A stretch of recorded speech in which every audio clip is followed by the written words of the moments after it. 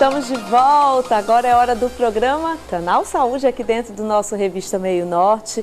Hoje aqui no nosso programa recebendo um convidado muito especial, o dermatologista James Lima. Nós já estamos aí no fim do mês de janeiro e ainda continuamos, claro, falando dessas campanhas que são tão importantes nesse mês.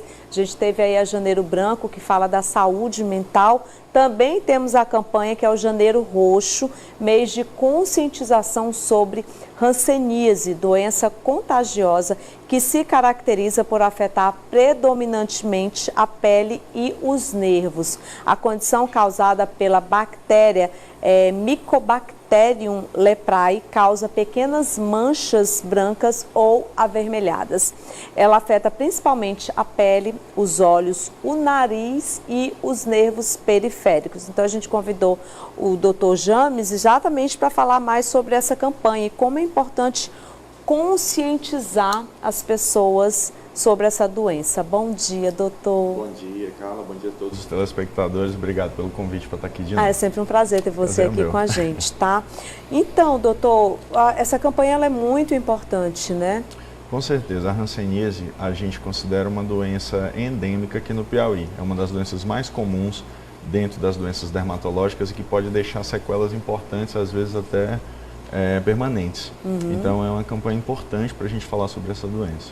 O que a gente pode falar para quem está assistindo aí ao nosso programa sobre a hanseníase, inclusive para essa questão de identificar? Ela aparece ali com umas manchinhas brancas e avermelhadas, tem também a questão da sensação do formigamento, mas tem a dormência, a perda da sensibilidade ao calor, ao frio, tem a questão também da perda da força muscular, os caroços também, né, as placas em qualquer local do corpo, porque às vezes ela pode ser confundida também com a psoríase?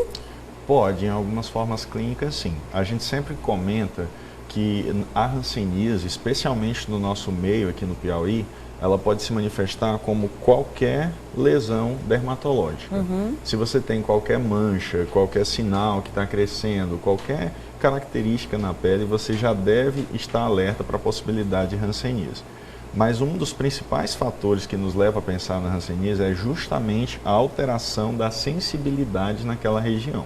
Então, por exemplo, uma mancha que você apresente que tenha dormência, ou uma mancha que você apresente que você percebe que a sensibilidade de temperatura está diferente, você não consegue diferenciar o que é frio, o que é quente naquela mancha, naquela lesão, geralmente é uma lesão que acende o alerta. Um outro achado que costuma acender o alerta é também quando a gente tem manchas associadas a sintomas neurológicos. Por exemplo, dormência ou dor na perna, dormência ou dor no braço, que surgiu há algum tempo, que a gente não sabe explicar de onde veio, também aqui no nosso meio, especialmente, é um sinal de alerta importante para a hanseníase. Quais são os principais fatores de risco para a hanseníase? O principal fator de risco é a gente ter uma longa convivência com outras pessoas que tenham a doença, que sejam afetadas pela doença, ou que vivam em locais que sejam endêmicos da doença. Por exemplo, o Piauí é um estado endêmico da doença. Então, se a gente vive no Piauí, infelizmente, a gente já está exposto a esse risco. Geralmente, outros fatores de risco são doenças que diminuem a imunidade, como, por exemplo, diabetes, a obesidade, o vírus HIV, dentre outros fatores que podem influenciar nessa questão também. Ela tem cura, doutor? Hanseníase tem cura. Isso mudou muito, graças a Deus, ao longo dos séculos. Aí, durante muito tempo, a hanseníase foi uma doença que foi tomada como uma questão que precisava isolar as pessoas, que as pessoas eram condenadas à morte. Isso mudou. Hoje em dia a gente tem o tratamento é gratuito, disponibilizado pelo SUS, e quando a gente começa o tratamento precocemente, a gente diminui muito o risco da gente deixar sequelas para o futuro. Eu fiquei na dúvida agora, doutor, eu queria aproveitar a oportunidade para te perguntar, onde é que vive a bactéria da hanseníase, hein? A bactéria da hanseníase, ela vive entre a pele e o nervo. Então ela pode acometer tanto a pele quanto o nervo. Por isso que geralmente no doente a gente apresenta sinais em um sistema ou em outro. Entendi. E aí, geralmente, ela é transmitida através das gotículas respiratórias de uma pessoa doente. Entendi. Então, por exemplo, você ter contato tocando a pele de uma pessoa com hanseníase, você não é contagiado pela doença. Mas se você convive com uma pessoa e ela está sempre transmitindo gotículas respiratórias, isso tende a ter uma transmissibilidade maior. Entendi. Aí, geralmente, é uma doença que é de longa duração. Depois da infecção, a gente começa a perceber os primeiros sintomas depois de alguns anos da infecção. Então, é comum a pessoa descobrir que tem hanseníase depois de 5, 10, às vezes 15 anos depois de infectado. Tem uma telespectadora que mandou mensagem aqui pra gente falando que teve um diagnóstico de psoríase, mas depois descobriu que não era psoríase e sim hanseníase. E aí é comum isso acontecer, doutor? Inclusive eu queria aproveitar para o senhor também falar sobre essa questão da psoríase, porque está chegando um monte de mensagens aqui no programa. Qual a diferença entre as duas e por que muitas vezes se faz esse diagnóstico, pode ser até precoce, né, às vezes? Assim, a psoríase geralmente é uma doença inflamatória mais ligada à imunidade, ela não é uma doença infecciosa causada Ela não por pega, bactéria, por exemplo? Não pega, não é transmissível. E é uma doença que geralmente se manifesta por lesões vermelhas descamativas.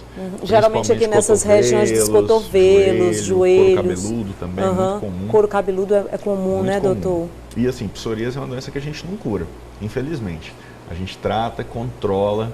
Às Mas vezes também a pessoa não fica pega, sem tá, lesão, gente? mas não transmite. Não transmite, porque às vezes ninguém. existe muita questão do preconceito. Demais, demais. Né? Quem Demais. vive com a hanseníase, por exemplo, tem essa coisa de sentir essa questão da autoestima baixa por conta da questão do preconceito. Com certeza. E até pouco tempo, a gente tinha hanseníase com o nome de lepra, que é um nome totalmente depreciativo, que felizmente aqui no Brasil já está em desuso, porque a gente percebeu que a gente precisa incluir essas pessoas na comunidade, ao invés de excluir. Sim. Aquela história dos leprosários que a gente tinha décadas atrás está cada vez mais em desuso. Os leprosos. Exatamente. A pessoa com hanseníase é uma pessoa como qualquer outra.